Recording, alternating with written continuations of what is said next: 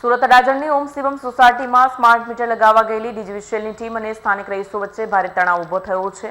રહીશોએ team પર મંજૂરી વિના મીટરના સીલ તોડી બળજબરીથી બદલવાનો આક્ષેપ કર્યો છે। સુરત અડાજણની ઓમ શિવમ સોસાયટીમાં સ્માર્ટ મીટર લગાવવા ગયેલી ડીજીવીસીએલની ટીમ અને સ્થાનિક રહીશો વચ્ચે ભારે તણાવ ઊભો થયો છે। સ્માર્ટ મીટર બદલવાની કાર્યવાહી દરમિયાન સ્થાનિકોએ વાંધો ઉઠાવ્યો। રહીશોનું કહેવું છે કે કંપનીએ કોઈ પૂર્વ સૂચના અથવા સંમતિ વિના જૂના મીટરના સીલ તોડી નાખ્યા। આ અંગે શંકા પ્રશ્નો ઉઠાવતા જ વાતાવરણ તંગ થઈ ગયું। વિવાદ દરમિયાન એક મહિલાની ઈજા થઈ હોવાનો દાવો કરવામાં આવ્યો છે। સ્થાનિકોએ ટીમ વિરુદ્ધ ગાળાગાળી અને મારપીટના આરોપ પણ લગાવ્યા છે। આ મામલો અડાજણ પોલીસ સ્ટેશન પહોંચ્યો છે, પરંતુ ફરિયાદ નોંધવામાં વિલંબ થતાં સ્થાનિકોએ પોલીસ કામગીરી પર પણ સવાલ ઉઠાવ્યા છે। આગામી દિવસોમાં આ વિવાદ વધુ ઘર્ષણનું કારણ બની શકે છે। કેમેરામેન હકીમ શેખ સાથે વસીમ હાસમીનો રિપોર્ટ, આઝાદ ન્યૂઝ, સુરત।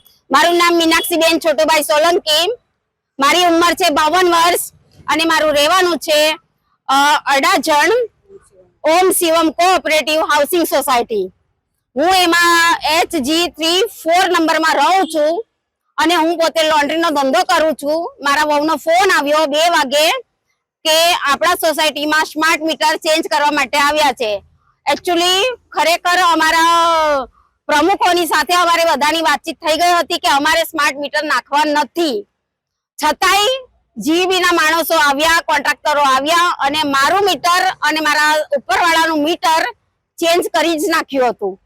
મેં જીબી વાળા સરને કીધું કે આ મીટર જે ચેન્જ કર્યું છે મને સ્માર્ટ મીટર મારી પરમિશન વગર તમે નાખ્યું કેમ, મને મારું જૂનું મીટર મને ફરીથી નાખી આપો।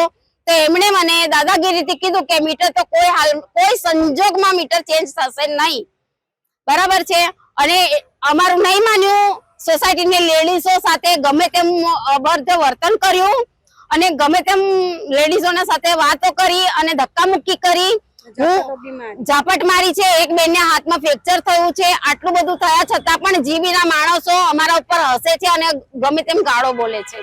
હવે ત્યાં અમે 100 નંબર ફોન કર્યો, સોસાયટીમાંથી બધાએ ફોન કર્યો, પોલીસ વેન આવી, પોલીસને અમે કીધું કે સર અમારું આ પરમિશન વગર મારું મીટર ચેન્જ કર્યું છે, હું વિધવા બાઈ છું, લોન્ડ્રીનું કામ કરું છું, છતાંય એ સર એવું કીધું કે તમે બધા પોલીસ સ્ટેશન આવો।